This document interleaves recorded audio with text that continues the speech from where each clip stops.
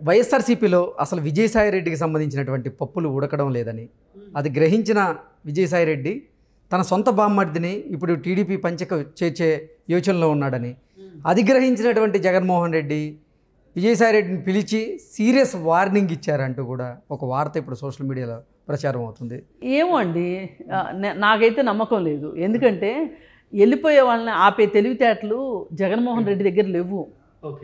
వెళ్ళిపోయే వాళ్ళని వెళ్ళనిస్తాడు, వెళ్ళిపోయే వాళ్ళని ఆపడు జగన్మోహన్ రెడ్డి. అసలు ఎవరు వెళ్ళిపోతారా అని చూస్తున్నాడు ఇప్పుడు. ఎందుకంటే తనకి టిక్కెట్ల ఒత్తిడి తప్పుతుంది కదా.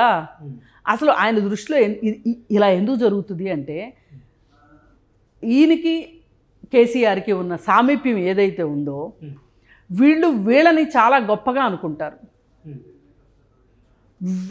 వీళ్ళకి తెలిసినంత ఎవరికి తెలియదు అనుకుంటారు. వీళ్ళు పైనుంచి దిగొచ్చామనుకుంటారు, దైవాంశ సంభూతులు అనుకుంటారు. పైగా వీళ్ళకి దేవుడి అనుగ్రహం బాగా ఉంది అని నమ్ముతారు. వీళ్ళు నమ్మి ఇవాళ ఈ పార్టీ ఇలా ఉంది అంటే మేమే కారణమని నమ్ముతారు వాళ్ళు. వైసీపీ పార్టీని పెట్టింది నేను, నడిపించింది నేను, అధికారంలోకి తెచ్చింది నేను. 151 ఎమ్మెల్యేలు గెలవడానికి కారణం కూడా నేనే అనుకుంటాను. కారణం నేను. నన్ను చూసి ఓట్లు వేశారు వాళ్ళు, వీళ్ళని చూసే వేయలా ఓట్లు.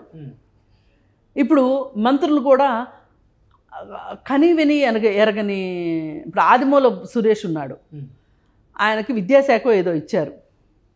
అతనికి తెలీదు ఆయనకి మంత్రిత్వ శాఖ ఇస్తున్నారని. అతనేమో పైరవి కూడా చేసుకున్న వ్యక్తి కాదు.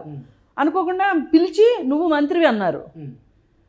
అంటే అతను ఒక రకంగా గుండెపోటుకు గురైన అంత పరిస్థితి అయింది. ఎందుకంటే అతను ఊహించలా, అతను ఎమ్మెల్యే అవడమే చాలా గొప్ప అనుకున్నాడు అతను. అలాంటిది మంత్రిత్వ శాఖ ఇచ్చారు. ఎందుకు ఇచ్చారు? ప్రశ్నించని వాళ్ళు కావాలి, తెలివి తక్కువ వాళ్ళు కావాలి. చాలామంది నియంతృత్వ పోకడలు ఉన్న వాళ్ళు ఏం చేస్తారంటే ఇదే పని చేస్తారు. వీళ్ళకి ఒక తెలివైన వాడు వాళ్ళ ఎదురుగా ఉన్నాడు అంటే వాడు ప్రశ్నిస్తే ప్రశ్నను వీళ్ళు తట్టుకోలేరు. అందుకే మీరు చూడండి, ప్రెస్ మీట్లు పెట్టడు జగన్మోహన్ రెడ్డి. ప్రెస్ మీట్లు ఎందుకు పెట్టడంటే వాళ్ళు అడుగుతారు, ఏంది అలాగా వాళ్ళు వీళ్ళకి నేను సమాధానం చెప్పేది. ప్రతోడు మైక్ వేసుకుని వచ్చేస్తారు, మాదో పేపర్ అంటారు, ఓ పుస్తకం పెన్ను వేసుకుని వచ్చేస్తారు. వీళ్ళకి నేను సమాధానం చెప్పాలా? వీళ్ళు అడిగి అడదడ్డమైన ప్రశ్నలకి తిప్పి తిప్పి అడుగుతారు వీళ్ళు. వీళ్ళకి నేను చెప్పేదేంటి? అందుకే పెట్టడు ప్రెస్ మీట్లు.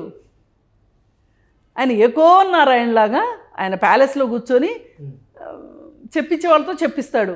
అది కూడా బరువు అనిపిస్తే ఓ ప్రెస్ మీట్ రిలీజ్ చేసేస్తాడు ముఖ్య కార్యదర్శులతోటి. ఆయన వైనం అది. అందుకే ఆయనకి ఎవరున్నా ఒకటే, ఎవరు పోయినా ఒకటే. ఆయన ధీమా ఎలా ఉంటుంది అంటే, కాలం కలిసి వస్తే నా మాయ పనిచేస్తే నేను పుల్ల నుంచోబెట్టినా గెలుస్తుంది. అందుకే ఇప్పుడున్నటువంటి సిట్టింగ్ ఎమ్మెల్యేల్లో కూడా చాలా మందిని మార్చబోతున్నాడు, వాళ్ళకి స్థానచలనం చేయబోతున్నాడు అంటూ కూడా ఒక వార్త బయటకు వచ్చింది. ఈ స్థానచలనం చేయడం వెనకమాల కూడా ఒక వ్యూహం ఏంటి అంటే, ప్రజలకి కొత్త మొహం చూపించాలి. ఇదే నియోజకవర్గం ప్రజలకి ఇదే మొహం చూపిస్తే ఎట్లా? ఒకసారి చూపించాం, పైనుంచి నా ఆశీస్సులు ఉన్నాయి, నేను గెలిపించా వెళ్ళినాయి, ఇక్కడ ఎందుకు ఉండాలి వీళ్ళు? మళ్ళీ ఒక కొత్త మొహం చూపించాలి.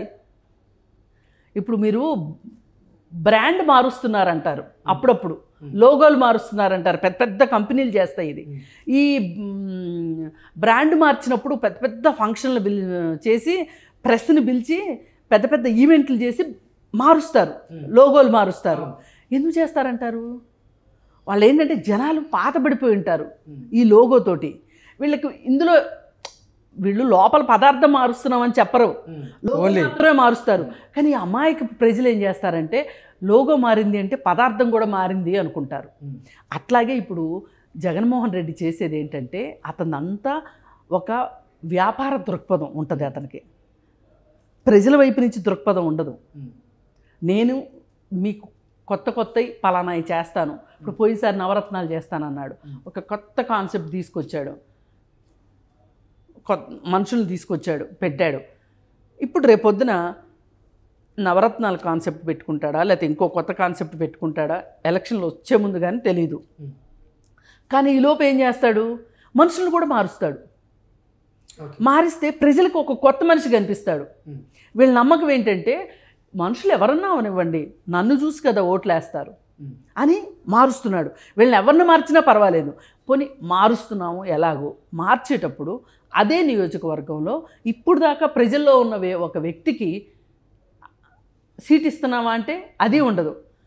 కొత్త అభ్యర్థిని తెర మీదకి తీసుకొస్తాడు. కొత్త అభ్యర్థిని తెర మీద తీసుకొస్తాడు. ఇతని నమ్మకం అదే. ఇప్పుడు ఇక్కడ కేసీఆర్ కూడా అదే పని చేశాడు. ఏంటి మార్చమంటే అసలు వీళ్ళకి మార్చాల్సిన అవసరం ఏంటి? నన్ను చూసి కదా ఓట్లేస్తారు.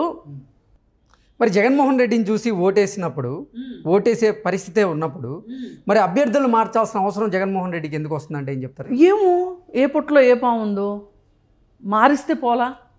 ఇక్కడ మార్చక దెబ్బతిన్నాడు కేసీఆర్ అని అంటున్నారు. ఇప్పుడు తెలంగాణ ఎలక్షన్లు అవ్వకముందు మారుస్తాను అని ఏ రోజు జగన్మోహన్ రెడ్డి చెప్పలా, ఇప్పుడు చెప్తున్నాడు. ఎందుకంటే ఇక్కడ ఇందుకు జరిగింది డ్యామేజ్ అని చెప్తున్నారు కదా, అందుకని ఇక్కడ కూడా అలాంటి డ్యామేజ్ జరుగుద్దేమో డ్యామేజ్ కంట్రోల్ కోసం కొత్త మనుషులు మారుస్తున్నాడు. మళ్ళీ ఇక్కడ అదే తెలివితేటలు, నన్ను చూసేస్తారు ఓట్లు. అందుకని వీళ్ళిద్దరూ ఈ సామీప్యం ఏంటి అంటే వీళ్ళని వీళ్ళు గొప్పగా అనుకుంటారు.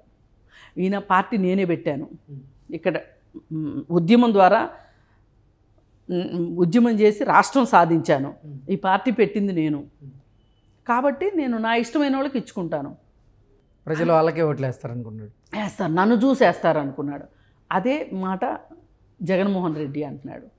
ఇవన్నీ ఏంటి అంటే వీళ్ళకి సాక్షాత్తు వాళ్ళ పార్టీ వాళ్ళ మీద కూడా నాయకుల మీద వాళ్ళకి నమ్మకం లేదు.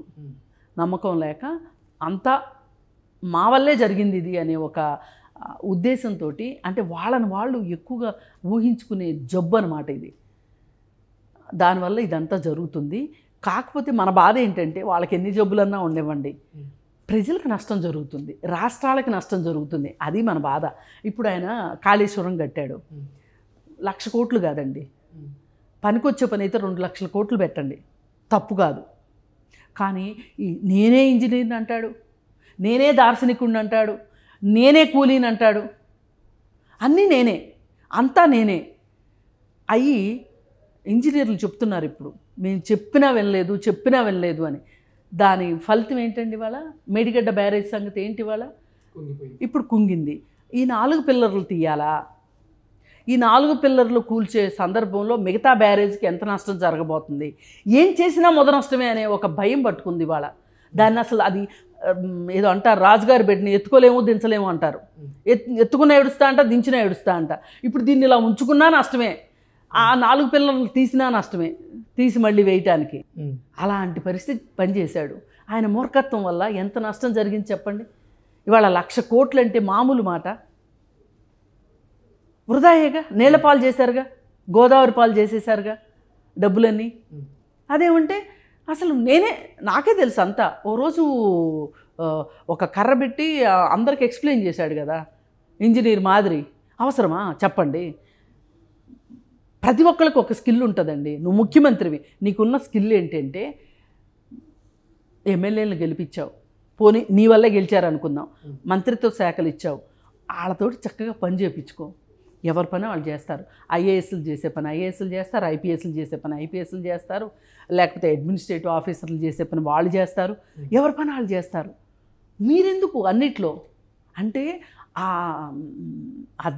దిమ్ము దిలాస అంటారు కదా, తలకెక్కితే అలా తయారవుతుంది. అందుకని మీరు మీ వ్యక్తిత్వాలలో ఉన్న లోపాలతోటి మీకు మీరు ఇచ్చుకున్న విలువతోటి రాష్ట్రాలను నాశనం చేయొద్దని చెప్పబోతున్నాం. ఇప్పుడు దీని ద్వారా మనం చెప్పేది అది. అభ్యర్థుల్ని మార్చుతారా, అదే అభ్యర్థులను ఉంచుతారా, తీసేస్తారా, మీరు ఏ బొమ్మలాటైనా ఆడండి, కానీ రాష్ట్రానికి నష్టం జరగదు. Okay madam, thank you so much.